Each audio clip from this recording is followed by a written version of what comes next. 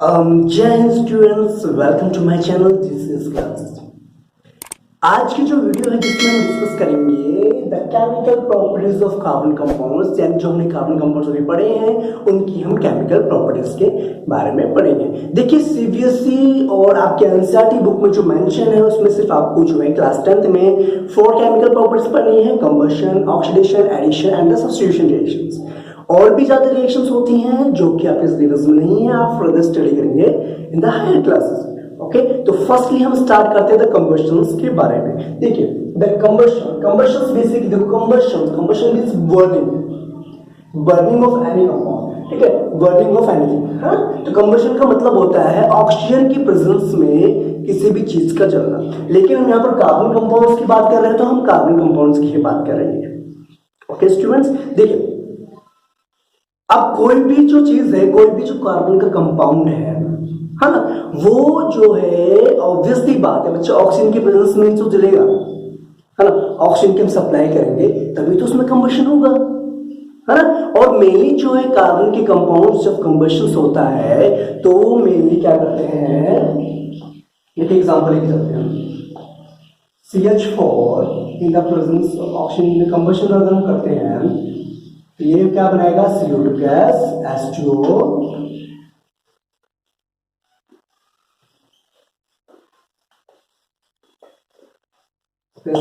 देखिए मेनली क्या, जब भी कार्बन की कंपाउंड CH4 क्या है, बेसिकली ये मीथेन गैस है ना। जो मीथेन गैस बेसिकली आपके बायोगैस में प्रेजेंट होती है, या आपके LPG गैस, CNG गैस, है ना। यानी कि ये बेसिकली क्या है, एक फ्यूल है। अब ये गैस का जब हम कंबशन कर रहे हैं तो क्या मिल रहा है हमें, कार्बन डाइऑक्साइड गैस, वाटर और हीट एंड लाइट। इसको आप बैलेंस करना चाहिए, बैलेंस भी कर लीजिए इसको। ठीक है, तो ये हो गया हमारे पास 4, यानी कि ये 2 होगा, ये हमारा 2 हो गया, बैलेंस्ड हो गया।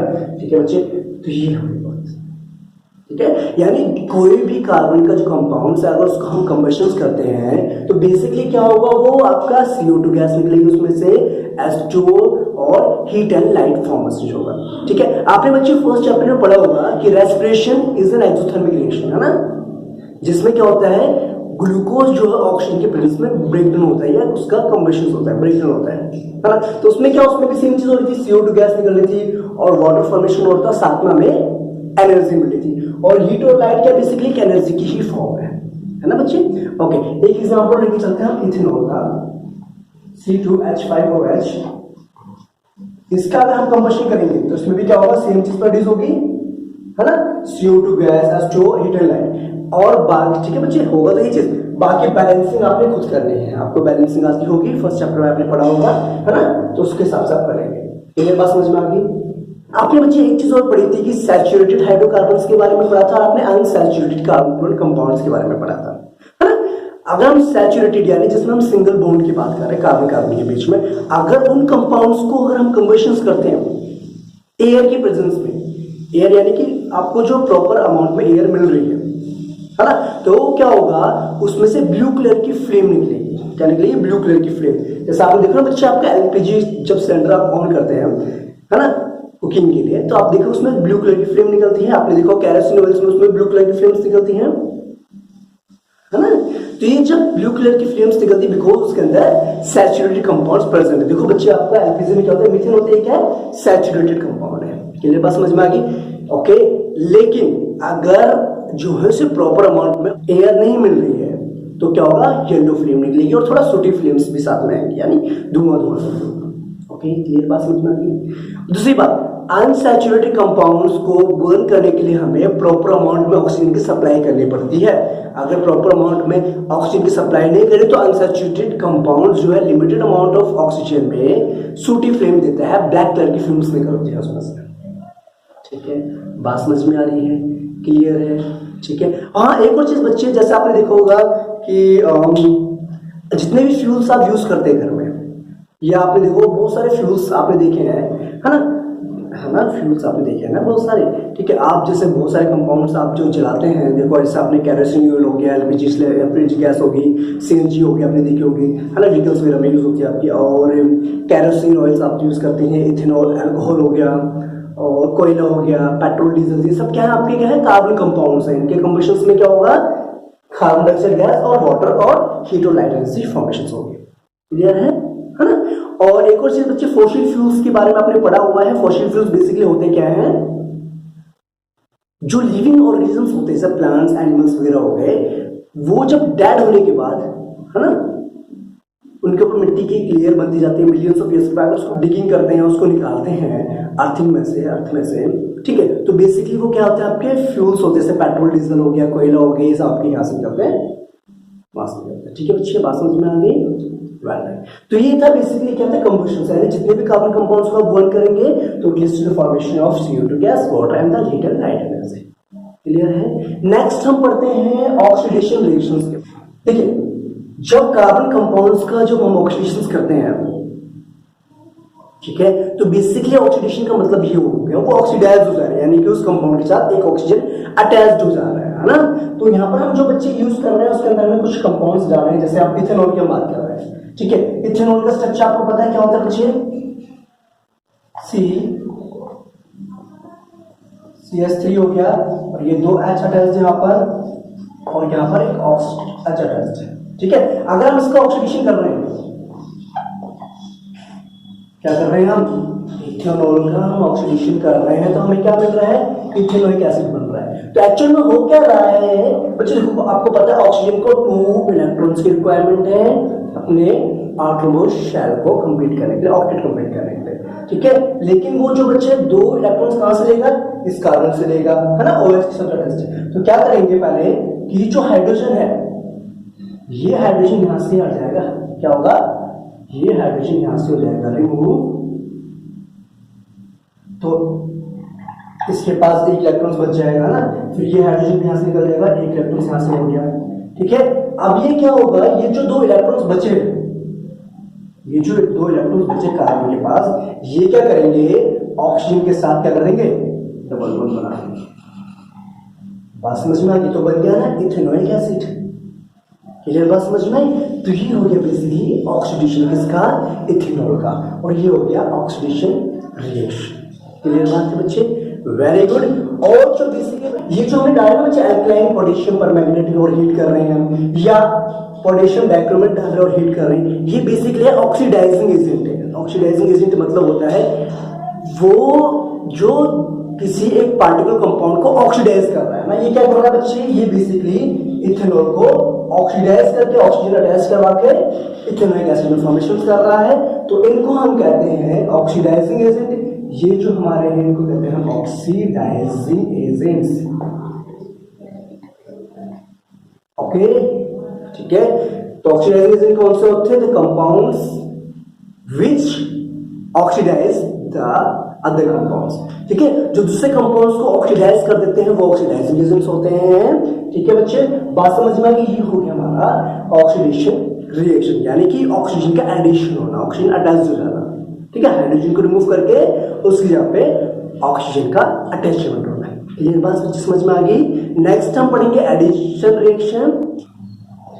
ओके स्टूडेंट्स, अब हम बात करते हैं एडिशन रिएक्शंस की। बेसिकली एडिशन रिएक्शंस में क्या हो रहा है, जो एडअप हो रहा है, कुछ एलिमेंट्स का यहाँ पर क्या हो रहा है, एडिशन हो रहा है, ठीक है। यहाँ पर हम बेसिकली पढ़ेंगे हाइड्रोजन का एडिशन पढ़ेंगे किसके साथ, अनसैचुरेटेड कंपाउंड्स के साथ, ठीक है, जिसको हम हाइड्रोजनेशन भी कहते हैं। ओके, ये जो रिएक्शन हमारा हो रहा है बेसिकली हाइड्रोजनेशन, जिसमें हमारा हाइड्रोजन अटैच हो जा रहा है डबल बॉन्ड को ब्रेक करके, ठीक है। तो किसके प्रेजेंस में हो रहा है, पैलेडियम और निकल कैटलिस्ट के प्रेजेंस में हो रहा है। कैटलिस्ट आपको पता है कि कैटलिस्ट बेसिकली क्या होते हैं, रिएक्शन को प्रोसीड करने में और उसके रेट को बढ़ाने में हेल्प करता है, ठीक है। तो ये होता है कैटलिस्ट का काम होता है, ठीक है। कैटलिस्ट खुद इंटरफेयर नहीं करता, सिर्फ ये क्या करता है, रिएक्शंस को आपके फास्ट करने में हेल्प करता है और रिएक्शन को प्रोसीड करने में हेल्प करता है, ठीक है। अब देखिए बेसिकली हो क्या है, हमारे पास एक अनसैचुरेटेड कंपाउंड्स दे रखा है जिसको हमने इथीन नाम दे रखा है, जो कि है इथीन। अब इसको हम क्या कर रहे हैं, इसका हाइड्रोजनेशन कर रहे हैं। हाइड्रोजनेशन कर रहे हैं, आपको पता है बच्चे H2 जो है, आपका H2 मॉलिक्यूल इस तरीके से सिंगल बॉन्ड से अटैच्ड है आपस में, है ना, ठीक है कि नहीं है, कि नहीं है, ठीक है। अब क्या होगा, ये जो हाइड्रोजन है इसके साथ जो जुड़े कैसे होंगे, पहले ये बॉन्ड ब्रेक होगा, इसके पास एक इलेक्ट्रॉन हो गया, इसके पास इलेक्ट्रॉन हो गया। अब क्या करेंगे, एक हाइड्रोजन इसके साथ अटैच हो जाएगा, एक हाइड्रोजन आपका इसके साथ अटैच हो जाएगा, तो क्या बन गया आपका इथेन फॉर्मेशन हो गया। ओके स्टूडेंट्स, बात समझ में आई कि नहीं आई? यानी कि अनसैचुरेटेड हाइड्रोकार्बन्स को अगर हम हाइड्रोजनेशन करते हैं तो वो क्या करेगा, बीच का बॉन्ड ब्रेक करके वहां पर हाइड्रोजन को अटैच कर देगा। इस प्रोसेस को हम हाइड्रोजनेशन भी कहते हैं और इसका इंडस्ट्रियल यूज भी होता है। ठीक है, इंडस्ट्रियल यूज कैसा होता है वो बताते हैं आपको। ठीक है, इतनी बात समझ में आ गई आपको? ठीक है, जरूरी है बच्चे कि इथीन ही हो, इथीन के अलावा भी और कोई कंपाउंड हो सकता है। ठीक है, तो ओके बच्चे, बात समझ में आ गई आपको? क्लियर है? देखो बच्चे, अगर इथीन की जगह पे बच्चे ये भी तो हो सकता है ना, एल्काइल ग्रुप हम अटैच कर देते हैं।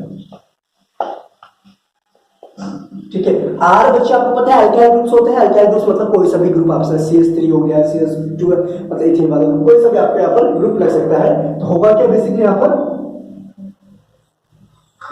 क्या होगा बच्चे?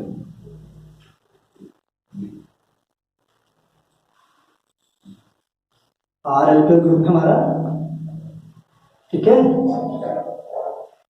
तो होगा क्या बेसिकली, इसका क्या होगा, हाइड्रोजनेशन होगा। ये बॉन्ड ब्रेक होकर के यहाँ पर क्या होगा, हाइड्रोजन अटैच्ड हो जाएंगे।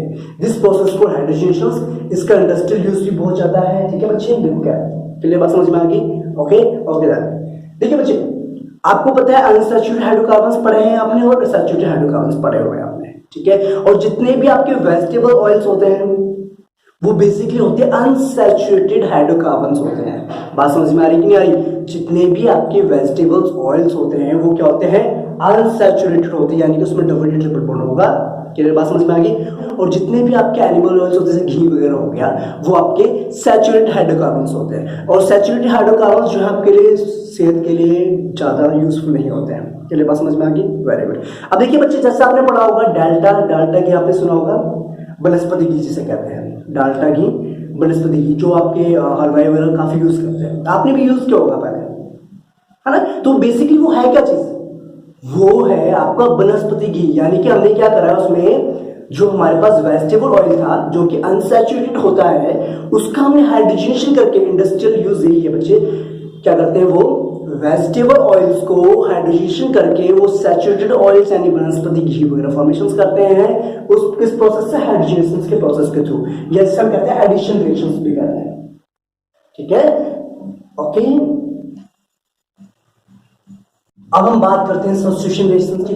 ओके, लास्ट केमिकल रिएक्शन जो हमें पढ़नी है क्लास 10 में। देखिए, सब्स्टिट्यूट से आपको समझ में आ रहा है बेसिकली बच्चे, सब्स्टिट्यूट मतलब एक एलिमेंट को हटाकर उस जगह पर खुद आ जाना, है ना? तो बेसिकली बच्चे जो आपके जो सैचुरेटेड हाइड्रोकार्बन्स होते हैं वो इनर्ट होते हैं, जल्दी ज्यादा रिएक्टिव नहीं होते। लेकिन बच्चे अगर हम बात करते हैं इस कंपाउंड की, जैसे हमारे पास देखा है मीथेन देखा है, तो बच्चे क्या होगा कि जो हमारे कंपाउंड सैचुरेटेड कंपाउंड्स हैं, ठीक है, ये सनलाइट के प्रेजेंस में, है ना, अगर इनका क्लोरीनेशन करते हैं सनलाइट के प्रेजेंस में, तो क्या होगा, ये क्लोरीन एटम क्या करेगा, हाइड्रोजन को रिप्लेस करके उसके यहाँ पे खुद आ जाएगा। देखो होगा कि ये हमारा क्या है, CH4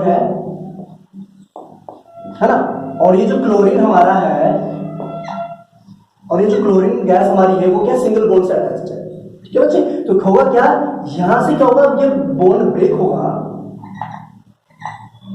ठीक है, और यहां से ये जो बॉन्ड ब्रेक होगा, ठीक है, तो ये जो क्लोरीन होगा इसके साथ अटैच जाएगा और ये जो क्लोरीन हमारा है इस हाइड्रोजन के साथ अटैच जाएगा। तो क्या फॉर्मेशन होगा आपका, CH3, यानी 3 हाइड्रोजन आ जाएंगे और साथ में क्या अटैच जाएगा, क्लोरीन, और क्या निकल जाएगा, HCl।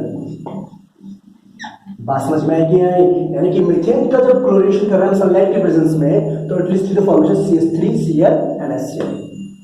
लेकिन बच्चे क्या है, ये रिएक्शन जो है यहाँ पर कंप्लीट नहीं होती। ये क्या करता है बेसिकली, जब भी हम क्लोरीनेशन करते हैं, ठीक है, सैचुरेटेड कंपाउंड्स का, ठीक है, सनलाइट के प्रेजेंस में, तो होगा क्या, ये सारे हाइड्रोजन जो है हमारे मीथेन के, सारे हाइड्रोजन को रिप्लेस कर देगा वहां पर क्लोरीन अटैच। इस तरीके से क्या होगा, ये जो CH3Cl होगा,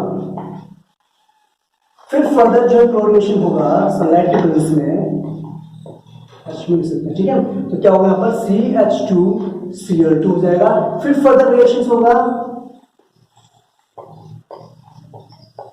तो क्या होगा, CHCl3 हो जाएगा, साथ में HCl तो निकलेगा, आपको पता है ना, ठीक है। फिर फर्दर जो रिएक्शंस आप करेंगे तो क्या होगा, इस तरीके से करते करते क्या हो जाएगा आपका लास्ट तक, क्लियर बात समझ में आ गया?